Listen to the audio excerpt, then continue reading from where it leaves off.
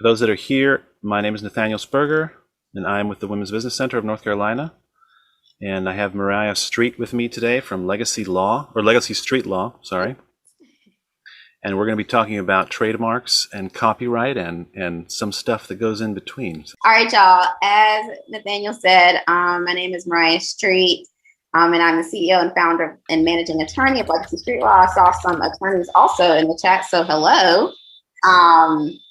And I'm just here to really help you guys today talking about protecting your ideas with copyrights and trademarks. So I thank Nathaniel and the North Carolina Women's Business Center for allowing me to come and present this information to you guys today. I definitely want it to be as educational with the right information that you might need to maybe start thinking about these things. And with that, let's see. Like I said, I'll kind of just give a brief description about me. So I am the CEO and founder of Legacy Street Law, and I in my firm I primarily do business law and estate planning. So I primarily work with business owners with getting their business legally structured and protection and all of that legal wise, as well as helping them to pass it on to either maybe future generations of family or maybe, another employee that they might have or whatever. We work with business owners on their business succession plan, as well as estate planning for their family, because we want to be sure that all of you is protected, not just your business. So that's very important to me. I'm very big on legacy, as you can see, which is primarily why I focus on these areas. I don't do anything else besides this. You won't find me doing anything else because I really want to give our clients the best expertise and knowledge on these areas as possible. So that's kind of why I love business law, because it's definitely a business, is starting a business and growing a business and even passing it on is all a part of the legacy that we can leave as people, as well as some other areas as well. But I'm also a speaker, so I do things like this all the time. I do educational and informational presentations on this type of thing because I'm very passionate about spreading the word about how powerful it is to really protect our legacy and all that goes along with it. And like I said, I primarily work with and target business owners because I am very, I love working with us. And so let me hear that. And so, yeah, that is a little bit about me. Okay. And disclaimer, because I'm an attorney, so I love my disclaimers, right? So while I am an attorney, I am not your attorney. Attending this webinar and viewing this presentation does not create an attorney-client relationship. Nothing in this presentation should be taken as legal advice for any individual case or situation. This information presented in this presentation is for informational and educational purposes only, and it's not intended to create, and the viewing of this information does not constitute attorney-client relationship. Like I said, I will give opportunity for you guys to ask questions. And with this disclaimer that I'm giving, if you have questions, happy to answer them. But if you have questions regarding your intellectual property for your specific business and your specific situation, then I would need to advise you to consult an attorney for legal advice for that. And so because of this, I'm going to ask that you not ask me questions about your specific business.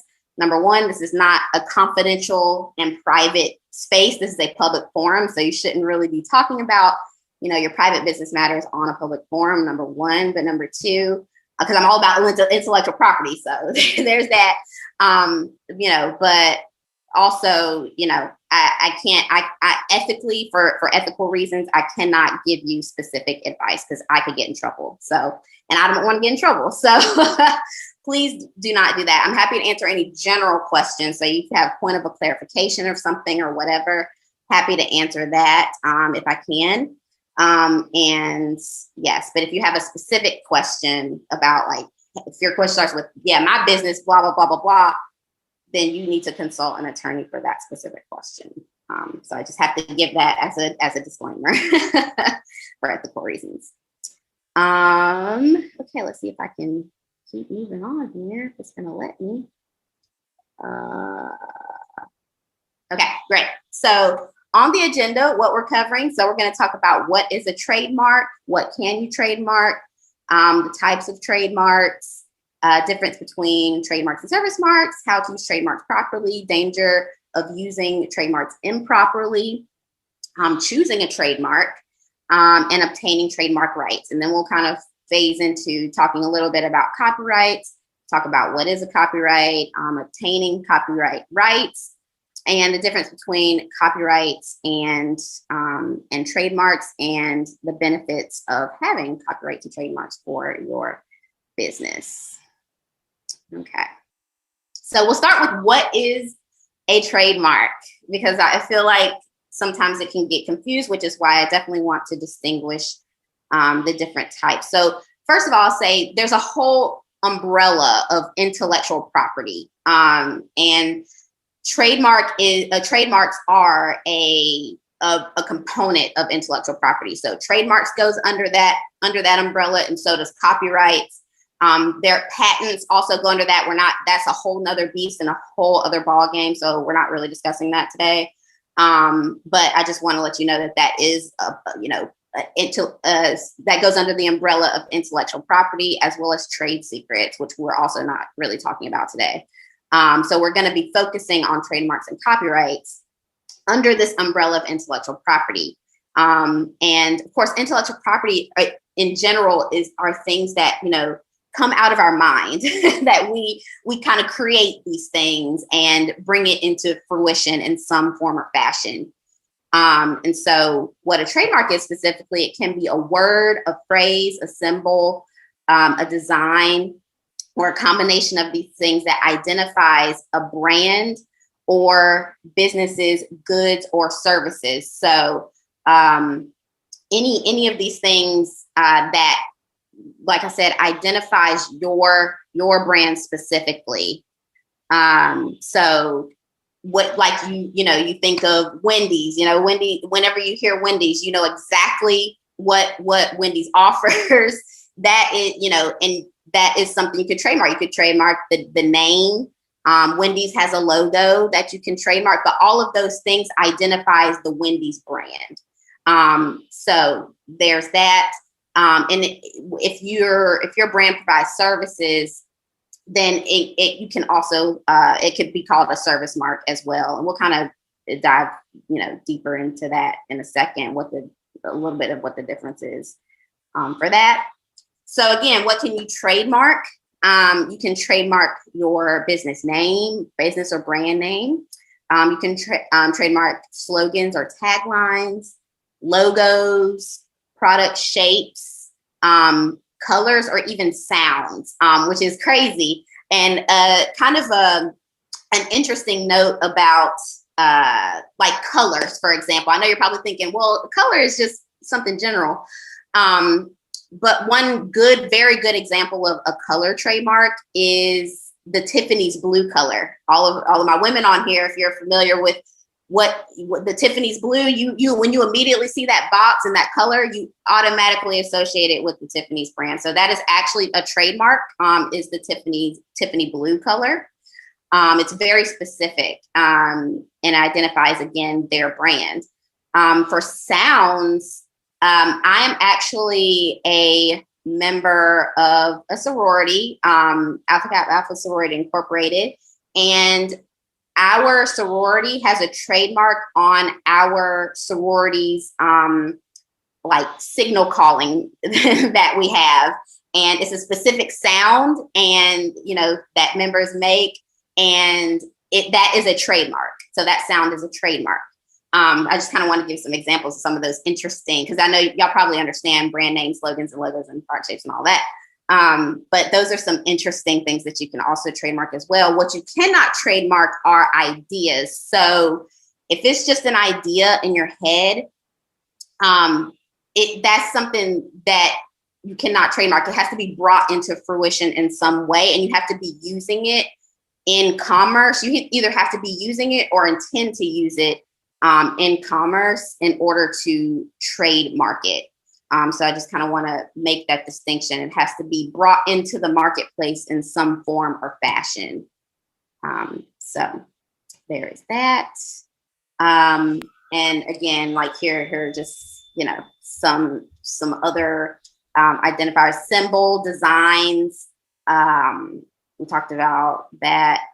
So what trademarks really help with is it gives you full legal rights to the trademark that you're using. So if you're trademarking your business name, it gives you full legal rights to use that name, as well as to protect your business from people who are trying to copy your name and also use it with similar in a similar fashion. And so it really gives you that protection, and it allows you to enforce those rights. So, you know, if somebody does come behind you and tries to use your name in connection with the type of products or services that you offer, you have legal recourse. You can sue them. You can, you know, try to get money from them for the damage that might have been done to your business, for, you know, them taking profits from you, or whatever the case is. It gives you that ability to do that. So I just kind of want to outline that. So I kind of outlined the difference between a trademark and a service mark, but you can kind of maybe discern the difference. Basically, a trademark is in connection with goods or products. So, you know, something tangible or something products wise that you are selling. Whereas a service mark identifies a brand that sells primarily services. So, for example, I practice what I preach. I have a trademark on my firm's name. And my firm obviously provides services. So technically the mark that I have is a service mark, but they're really used interchangeably. There's no, you know, most people use them, use them interchangeably. So you don't have to worry about getting caught up in necessarily the difference, but just for informational purposes, you know, the USPTO does kind of distinguish between trademark and service mark. So an example I have here is, you know, the symbol, the golden arches for McDonald's. Obviously they sell goods. So that's a trademark. MasterCard is a trademark. On the other hand, and because, you know, they have do business advisory and data processing and, you know, payment processing services. So they provide services. So it's a service mark. So just kind of want to outline differences there. Real quick, with the colors, there's a question here. I imagine the answer is yes, but with the specific color, it has to be a specific color. You can't just say yellow or blue. It's actually yeah. Yes, that is correct. That is correct. It has to be really, because obviously yellow, that's really generic. And already not trademarked by somebody else, but does it relate to your logo or to how you use it as well, I assume? Not just the color itself. Is that correct? Say that one more time now. That I assume it relates to how you're using that color in your logo or in your word or in what you're trademarking, not just the color by itself.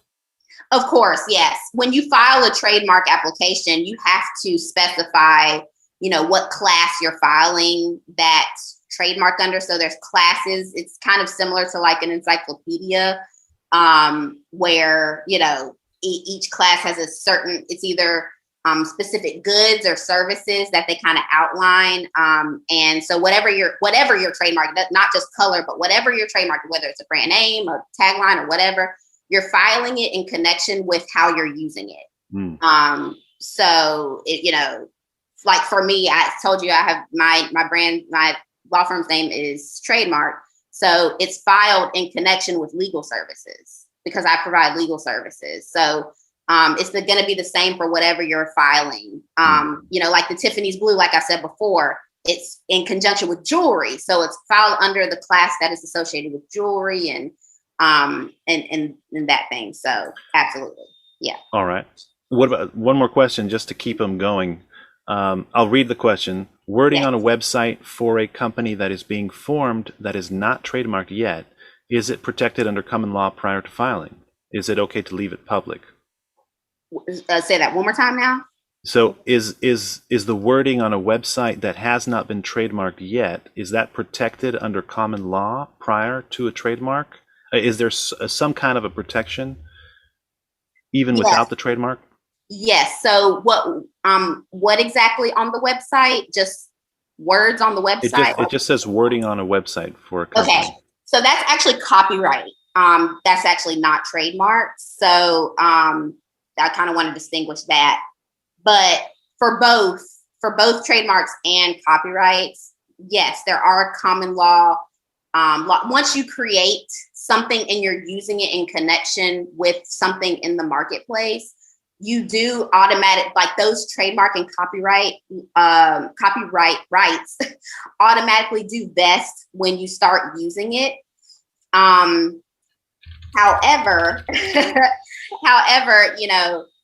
that doesn't give you full protection. So if somebody, for example, if somebody else is using something similar to what you have been using, or has similar copy on the website to what you've been using, whatever, and they have actually trademarked it or copyrighted it before you did, then they would actually have the legal rights to those items, and they could, force you to cease and desist, which is why it's so important to kind of make sure that if something that you're trademarking, copyright, something that you're very serious about protecting, to go ahead and consider trademarking it or copyrighting it. Because yes, you do have common law rights, but it's not it doesn't fully protect you. Yeah. And then you're going to be in a lawsuit. Even if you actually do have, even if you do have first use rights, like you used the the trademarkable thing first, or you wrote the copy first on your website, you're still going to be in a legal battle with somebody else potentially.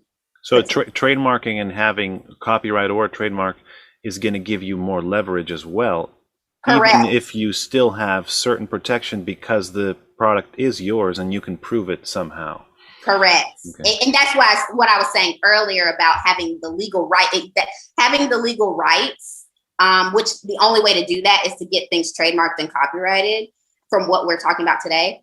It gives you the legal protection to enforce the rights. So if somebody does try to sue you, you're gonna obviously depending on the facts, of course, but you will likely have a better standing if you can show that, number one, you used it first, and then you have it trademarked or copyrighted. So yes. There's two more questions. This one is short. Is the abbreviation for service mark, the SM, or the TM for trademark, are they used interchangeably? They basically mean the same thing. Correct. Yes, they're used interchangeably. They can be used the same. And actually, we're gonna, let's see, is that my next slide? Yeah. So here we go. There you go. While we're on the topic, difference between the R with the circle and the TM, first of all. So the R with the circle is a mark that is actually registered with the United States Patent and Trademark Office. So you have filed the application and they have gone through the entire process and they have accepted it, and it's registered. That's when you can use the R with the circle. TM, you can use it even if you had that. You can use even if you haven't filed an application with the USPTO, just to kind of put consumers and competitors on notice that you're either claiming the trademark. You might have filed the application, it hasn't been registered yet, or you're planning on filing a trademark for it. Obviously, that's not full on. Again, anything that's not registered is not fully protected. So I just kind of want to make that clear. But you can use that to kind of put people on notice that, you're either in the process of the application process of filing the trademark or you're planning on doing it. So it's kind of like similar if you want to think about when you first get a home and you might not have a home security system yet, but you put one out there just to kind of deter people from trying to like break into your house. That's kind of similar, if you want to think of it that way. So, yes. All right. Okay. So I kind of want to talk briefly about the dangers of using trademarks improperly. So, these are examples of, they are trademarks, but now they're just kind of deemed to be generic now, and they're not as strong. So examples, first of all, I'll just say when you do get a trademark, when you do, you've registered it and it's good and everything, you're using it now. I always tell clients to try not to use your trademark as a noun or a verb and only as an adjective. Otherwise, it could become very generic and less strong, and it's hard to monitor whether or not somebody's copying your trademark. So examples of this are Kleenex, Frisbee, and Zipper. So all of these are really actually very originally they're very strong. None of these are like common names. They're kind of made up names, which is the strongest. We'll kind of get into this later, but it's the strongest form of trademark if it's a completely made up word that you made up on your own. However, they've become very generic in the marketplace because all of these brands, when you think of Kleenex, you don't say to somebody, "Hey, can you pass me that tissue over there?" You say what? No, you say, "Hey, hand me a Kleenex." And the same goes for all of these here. Even if another business, you can see in the marketplace where other businesses and brands use these trademarks, and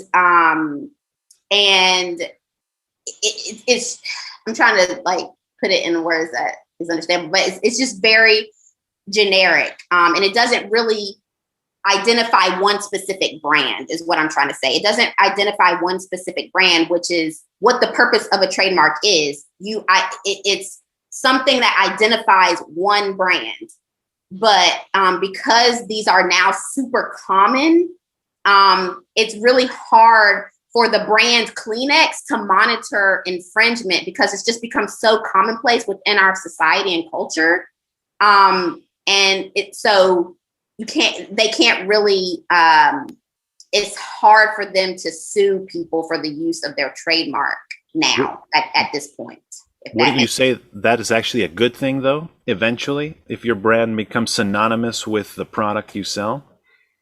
So, to a certain degree. Not really, though, because you can't, I mean, but when you use Kleenex, you don't associate Kleenex with the brand. You just associate it with the thing that you use to blow your nose. Does that make sense? It does, and it's interesting that we don't even know what the thing that we use to blow our nose is called. Yeah, exactly. Yeah, you don't even like know what the actual name is. You just say Kleenex. But yeah, it's and I say it's because it's, like I said, it's the whole point of getting something trademarked or copyright is to identify one specific thing. It's not really that's not the purpose. You don't really want your brand to become synonymous with other brands, because then you can't enforce anything. If somebody is using your trademark illegally, you can't really enforce that, because there's no way. It's just become so commonplace that you can't really say, hey, they're using my brand name now, and they're, taking profits from us, or whatever the case is. Then you can't really enforce that, which is, yeah. So, but anyway, that's kind of a more, it's kind of more a more advanced thing, but I always like to bring it up because it's not really brought up that much. I just kind of want to put it on people's radar. Okay, so choosing a trademark. So as I kind of mentioned before, there are kind of a spectrum of types of trademarks, and they go from the weakest protection or the weakest / no protection to the strongest and full protection. So weakest and no protection that are it's very generic. Like I said, the ones before, they're now really weak because you can't, like I said, you don't really have protection over your brand anymore at that point when it becomes generic and commonplace. So the example of generic is like Band-Aid and thermos. It's another example of what I was talking about before.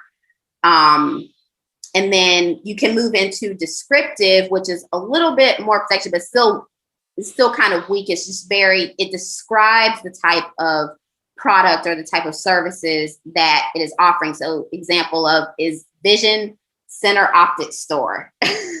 that is very, varies. It describes what the services or the goods are.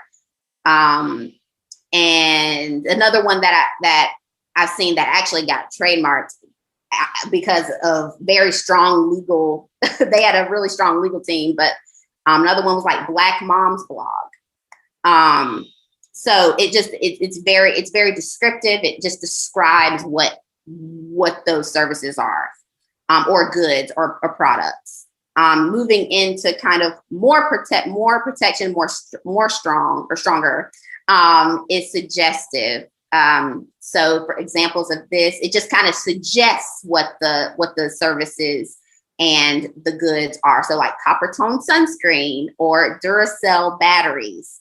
You can kind of guess, from the name what goods or services that the trademark represents. Moving into more stronger protection is arbitrary. Example of that is of these are Apple computers and Grey Goose vodka. So even though they are kind of like, you would think the words are generic, like Apple, but Apple is not associated with actual apples. Apple is associated with techie stuff like your iPhone, your MacBook, and all of that. So it's a word that you would think is meaning to be to describe to describe one thing, but it actually describes something completely opposite. And then, like I said, the strongest trademark that you can have with the fullest protection possible is the fanciful. So those are the made up words, like Kodak and Starbucks. You don't know what Kodak means. It was never a word before it existed, before Kodak came up with it. Same with Starbucks. Another example is Pinterest. So, it's the made up names that can provide you with the most protection because nobody has come out with this word yet. And so those are kind of the strongest because you don't see anything like it in the marketplace. So when you're thinking about like naming your business or your whatever it is that you're trademarking, you can kind of use this as a guide to come up with whatever that trademark is when it comes to names and words and things like that. So yeah, let me throw you some questions related to what you're saying. You don't necessarily have to trademark your company's name, right? That's not necessarily something you would trademark. It might be, but it doesn't necessarily need to be trademarked. Maybe your logo does, however. Is that fair? Why would somebody say that? Maybe I can offer some. Let's say, for example, the company name is registered with the state where it's registered, so that provides a protection against somebody else using that name. Okay. Correct? Okay. Let's stop right there. Okay. So great. I'm glad I asked the clarifying question. So to kind of give an answer to this question, when you file your business name with your state's Secretary of State's office, that is not the same as a trademark. Those are two different things. When you register your business name, that's just saying that you can do business in your state with that name. However, trademarks are what is going to give you the enforcement rights, the legal enforcement rights of having somebody copy that name. And that is really the only way that you can enforce those rights is through a trademark. It's different than filing just the simple like LLC or whatever type of company it is with your Secretary of State. Because I've actually seen it where people file their business name with the Secretary of State and there's actually already a trademark with that same name. And so somebody's going to lose that battle. And that would be a national thing then. And national protection protects you within the country, including your state. Mm-hmm.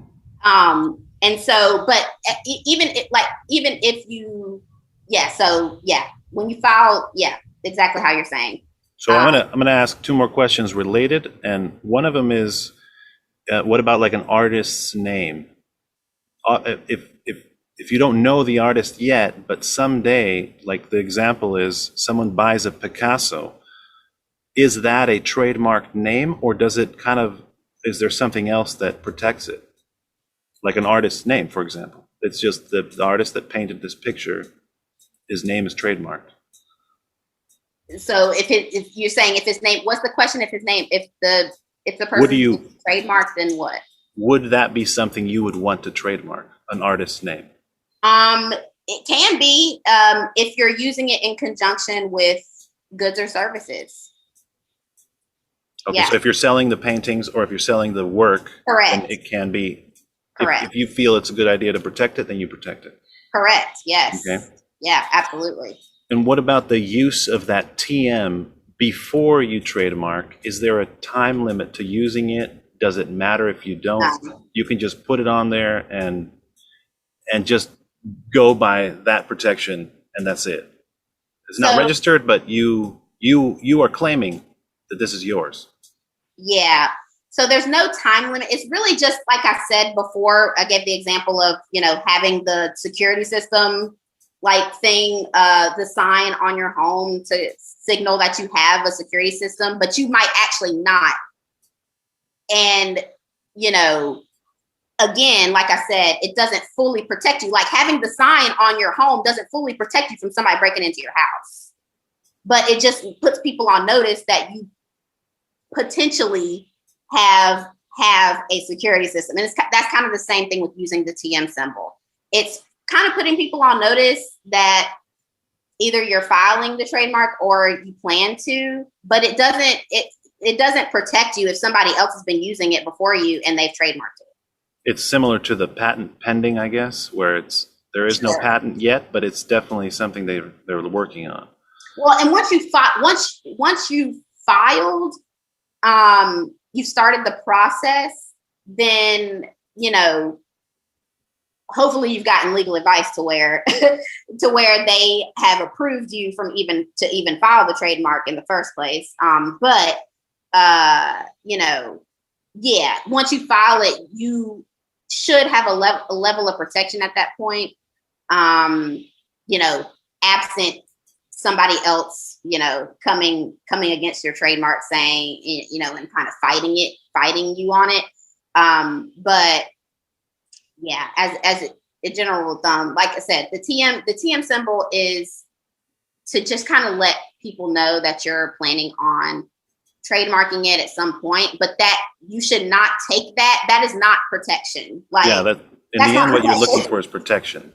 Right? Yeah, legal protection. Protection is getting a trademark and register with the USPTO. That is protection from copycats and all of that. That is protection. That is full protection. Anything less than that is not. You could have issues. I'll just say you could have issues.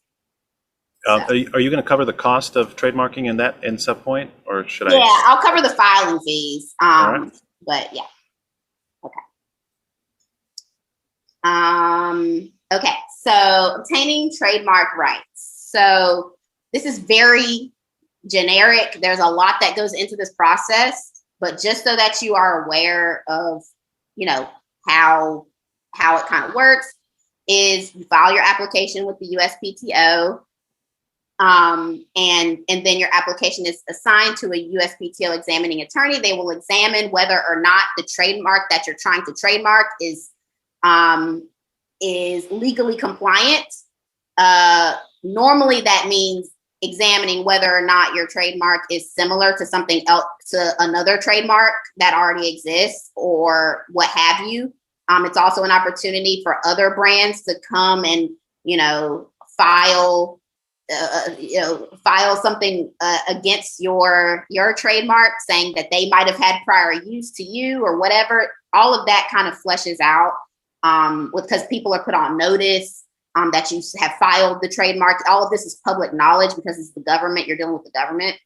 And so, yeah, once your application once the examining attorney kind of examines it and it's good, nobody else is filing saying that they have rights to the same trademark, and the examining attorney determines that it's not similar, or it could be confused with another brand or another trademark, then at that point, it'll kind of move into publication, and then it'll be fully registered with the USPTO. It can take between 1 and 2 years. The USPTO has seen a very large influx of people filing for trademarks, which is really good because people are starting to really see the value of it. But that has slowed, and also with the pandemic that just happened, or it's still kind of, happening. It's kind of slowed down the process a bit. So right now it can take anywhere between 1 and 2 years. It is not a short process, just so to kind of manage expectations about that. So that's briefly kind of what happens, with the process. Obviously, like I always tell people, they even say this on the USPTO website, but if you can get advice, if you can hire an attorney to help you with this process, it's going to be a lot easier for you because the attorneys, number one, have the legal knowledge and advice that you don't have if you're not an attorney.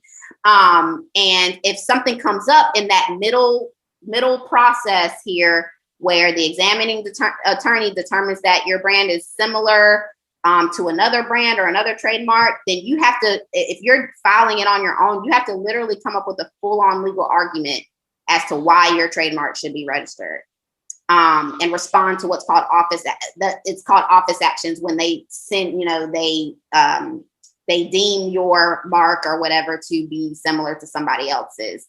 They'll issue an office action saying you basically have to come up with, like I said, a legal argument as to, why it should be registered, maybe despite that, or what have you. But even before, if you have an attorney on your side, an attorney is going to examine whether or not you should even file the trademark in the first place, because they're going to have the software, they're going to have the fully robust searchable systems in order to see throughout the nation whether or not somebody else has filed something previously, or they're either using it and maybe haven't filed a trademark, because even if they haven't filed a trademark and they're using it, they could potentially still have rights to it over you. So that's where an attorney can really come in and help this process be a lot smoother.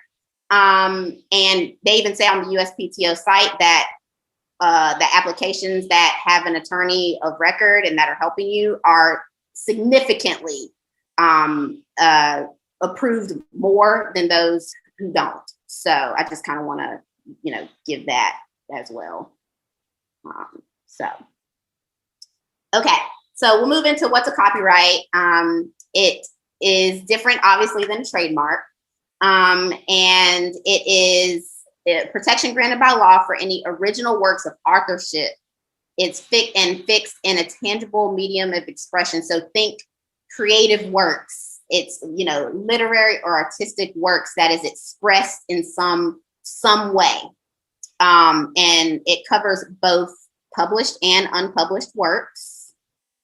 What can you copyright? So you can think of things such, like I said, literary, dramatic, musical, and artistic works such as poetry, novels, movie scripts, show scripts, songs, photos, articles, computer software and coding, architecture. These are some examples of things that you can copyright. They're all expressed in some form or fashion, like blog posts. In today's I need to plug up my thing. But yeah, in today's world, we're very digital, so there's a lot of things published online. So website copy, somebody mentioned that before. So yes, and again, it's not ideas or facts. It's just the way that they're expressed could be copied. It could be like if you have an idea and you're putting it into a blog post, like I said, and you're publishing it online, then yes, that can be. But it's got to be expressed. It has to be expressed in some way. So it can't just be something in your head. So just kind of want to again express that as well. Similarly, this is a lot shorter process than trademarks. It takes on average about 3 months, depending on to register copyright, depending on obviously if there are any issues that you run into. It's very similar.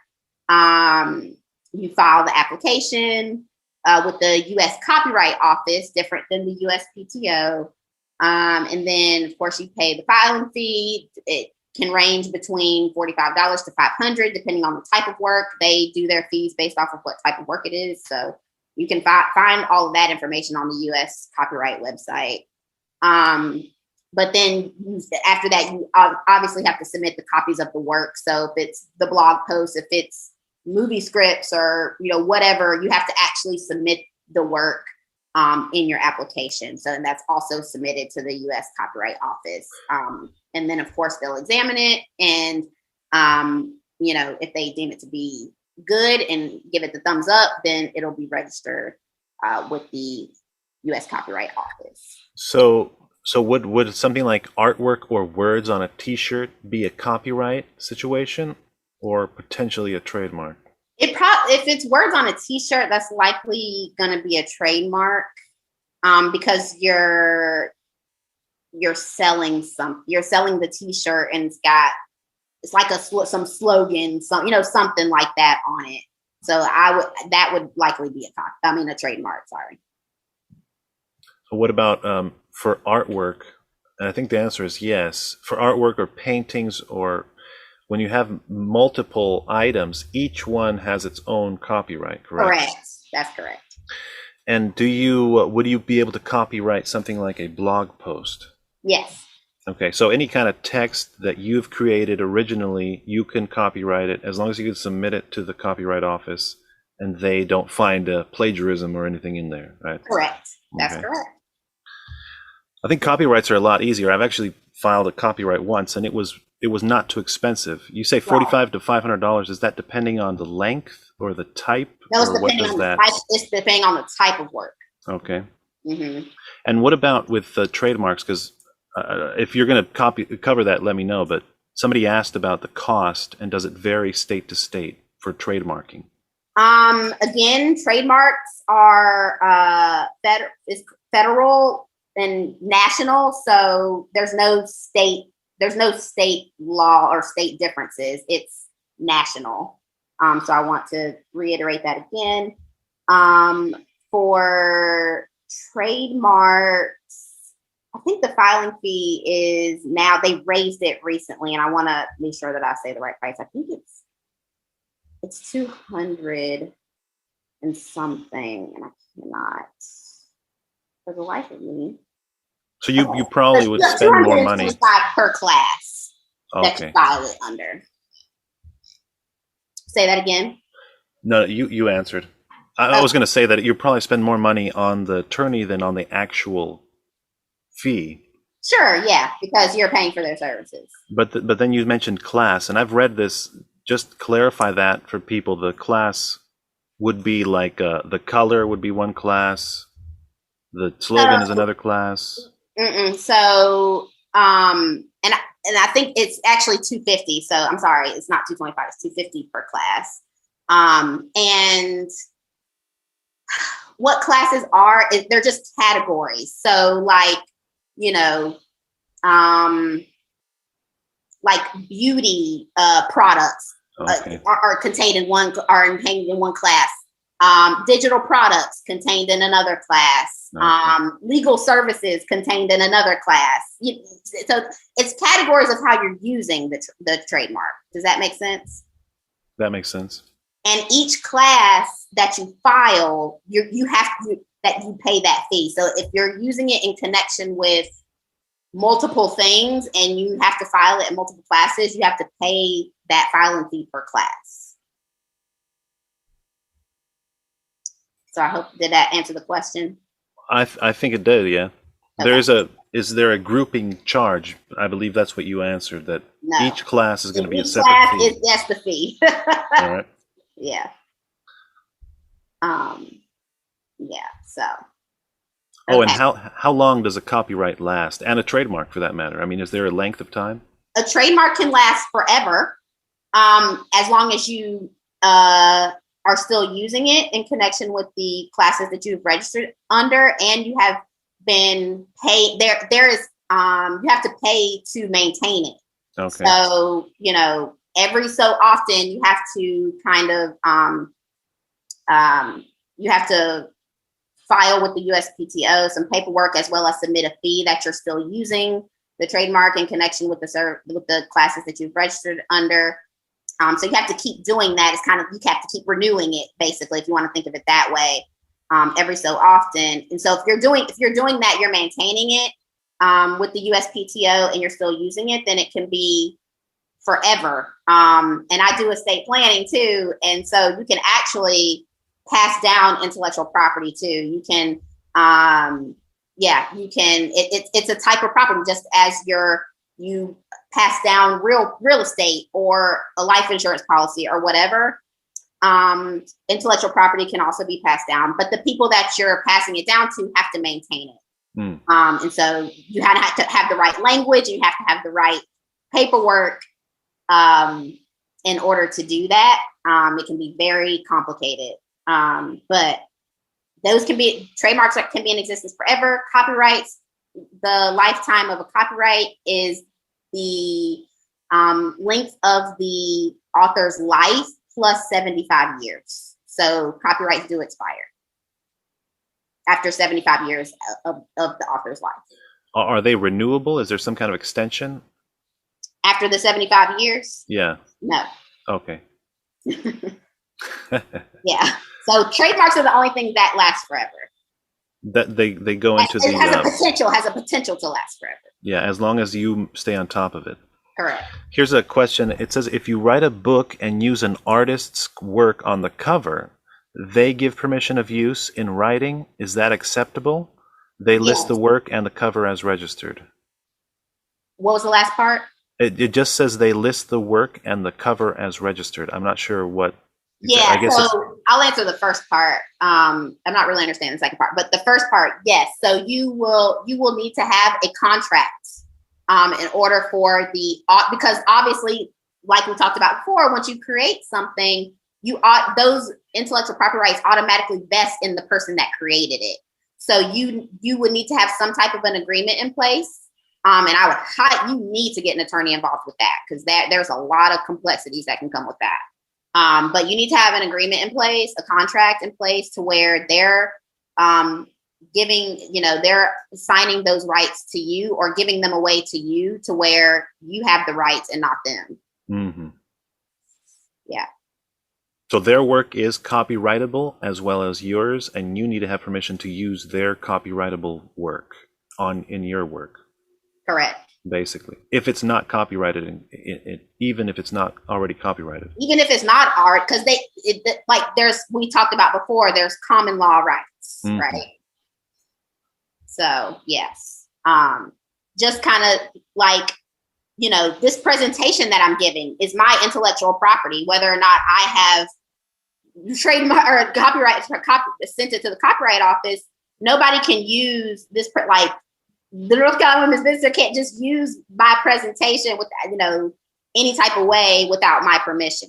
Let me use that as a quick example. For example, we share presentations all the time, and I don't, for us, if somebody uses it, it's not really, we are not going to be worried about that necessarily because it's an educational thing that we're sharing. But let's say, for the sake of argument, this presentation, you created it, it is not copyrighted, but it is copyrighted with this common law status Correct. that you're talking about. Correct. So somebody can in fact use it, but it is not right. And if you choose to go after them, you can. Yes, exactly. That's the thing. But then it is your responsibility to go after them. That's kind of something you got to, even with a copyright, you still have to be monitoring. Correct. Okay. Correct. And honestly, even if it doesn't matter what the use, like you said, I'm just using it. This is for educational purposes. It really doesn't matter what the use is. It is still somebody's intellectual property. And they're like, at a minimum, there would need to be some type of agreement. If somebody's going to use it, you just have to get permission as to how it's going to be used in the future and all of that. Like the person who created it would need to give permission. Does that make sense? Absolutely. So for a very small business that produces some kind of content. Correct. It doesn't matter. Yeah, it doesn't. Just like the influencers are now a big thing, and they create content for brands, for whatever, for money or whatever. And even if it's not for money, when you're creating content in some type of way, that is somebody's intellectual property, and nobody can take it and repurpose it without the permission of the person that created it, no matter what the purpose, what they think it's for. There, at a minimum, would need to be some type of an agreement because, the author of the content can come after you. But then that is the question there.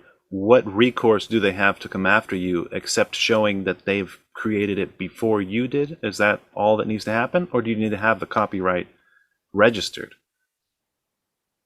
It depends on the situation. So in what you just said, it always goes to who's using. If you're talking about somebody else copying the word, it's whoever used it first. Without a copyright, even without a copyright, yes. So what is the benefit of getting a copyright in that case?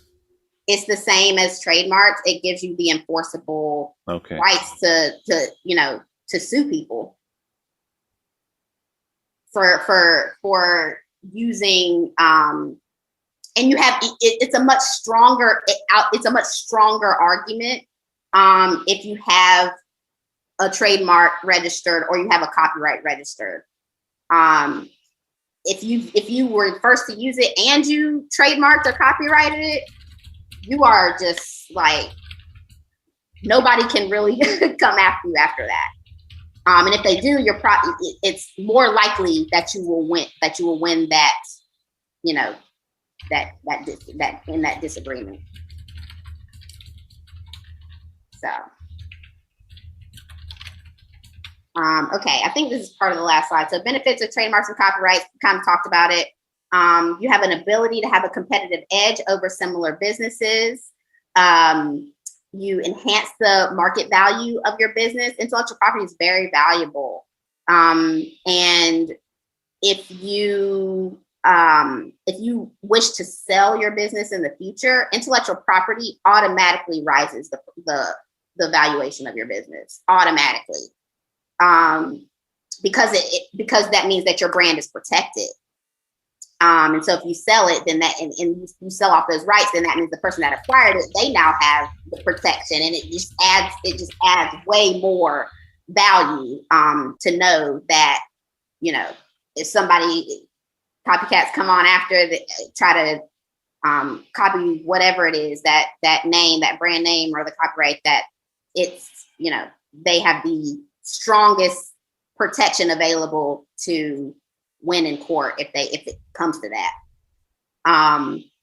And so, yes, you can leverage your IP for profit. You can license, I equate it to licensing. You can license your intellectual property to other people with obviously agreements and contracts in place as to the terms and conditions of that licensing. But you can do that and make money, just giving other people the ability to use your trademark. Obviously, it gives you the best way to market your business, product and services, because it's tied to your brand.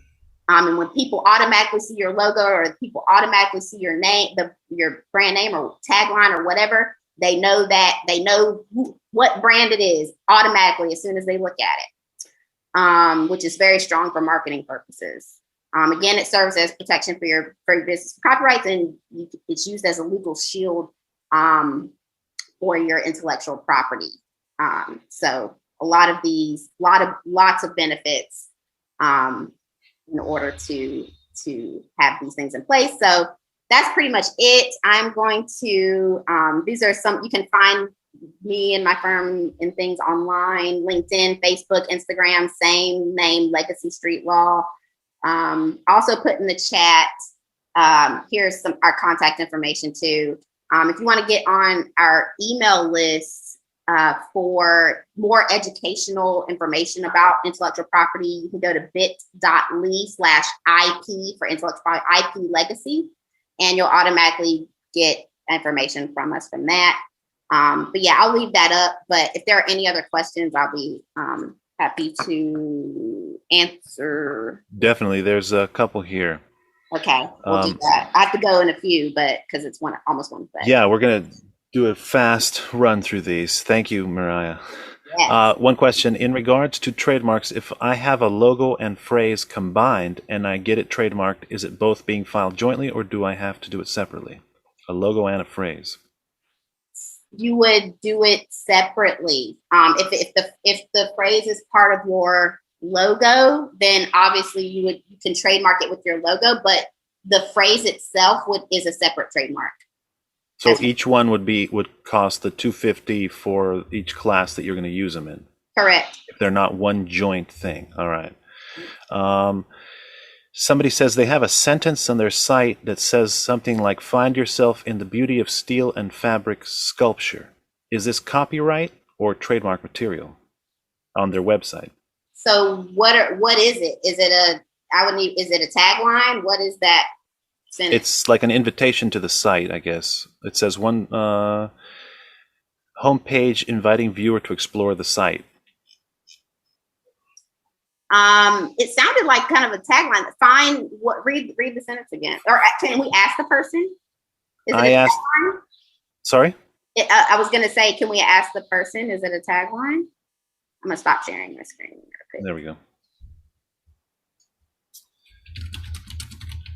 All right. And while they respond, there's another question. Do you assist people outside of NC?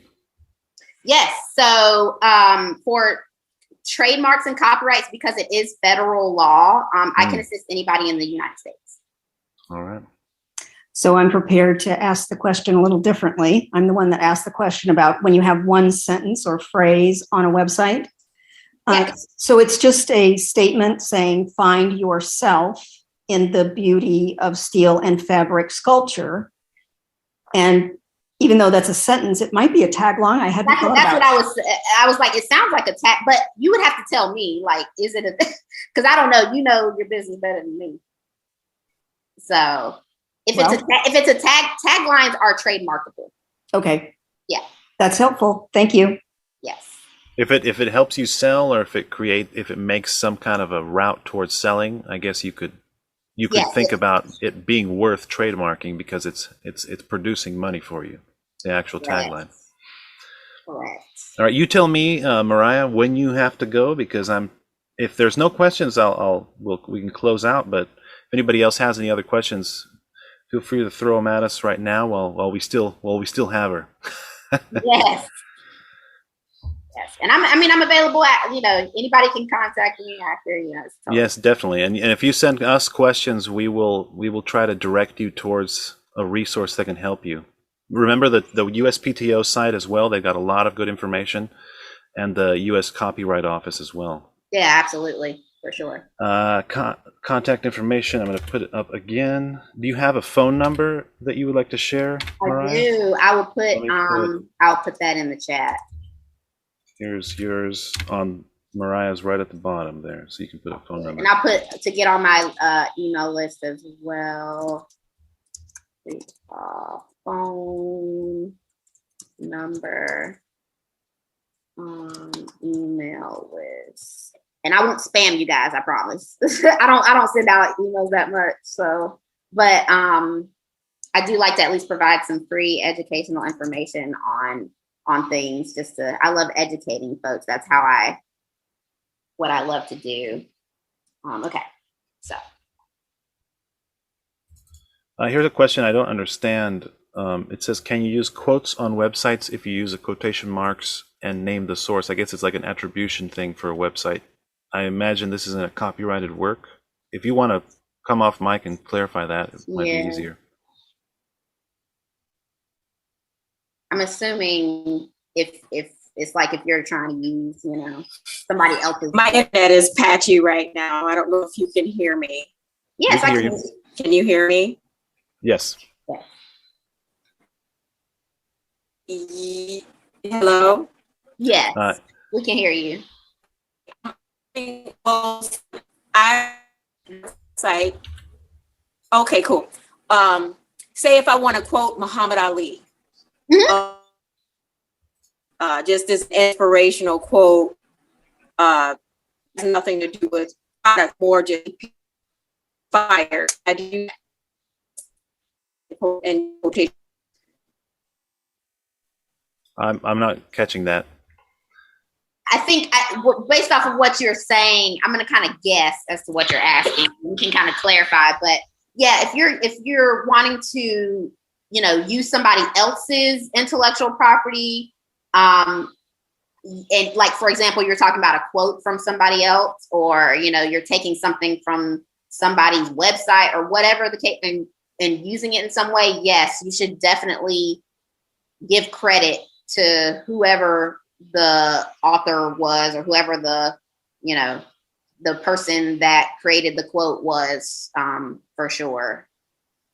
Because you don't want to run it off, with anything. You wouldn't want somebody doing that for your works as well. So you would want to get credit for the things that you created, and not having somebody take it and repurpose it for their own gain. Especially if it's in something that you're selling. Correct. Especially if it's something that you're selling. Like you would run into a lot of issues with that. Okay. Thank you. Yeah. Well, while we wait for just a second more, thank you everybody for being with us. Thank you, Mariah. That was a great presentation, great information. And I'm sure everybody can get additional information if you contact her directly or go to the appropriate government websites. And definitely thank you all for being here. Yes, thank you guys for having me. I will share some further resources in an email with the recording later for everyone that was on here. And if you have anything else you want to share, Mariah, you can send it to me and I can include it in that as well. Awesome. Will do. Let me throw this last question in since it came in as I was talking. It says, can you still have the TM next to your brand name even if you didn't submit an application? Yes, you can do it if you like I said, if you can do it if you filed an application and it's not yet registered, or you're planning to trademark it. But again, it's not full protection. Again, the only thing that is full protection for a potential trademark or potential copyright is to actually get it registered with the correct office. And if somebody uses your work, like a written work, I guess, and they change it a little bit, when do you have, how much is changed enough so that it becomes their own, or is there still a way to litigate something like that? I think that's a question of you would need legal advice at that point, because I can't really, the law is very fact specific. And so I can't really answer that question generally. It would just depend on the facts of the situation, honestly, and the legal arguments that can be crafted. Yeah, I'll always talk to your lawyer. And Yep, in the always end. talk to your lawyer. That's it.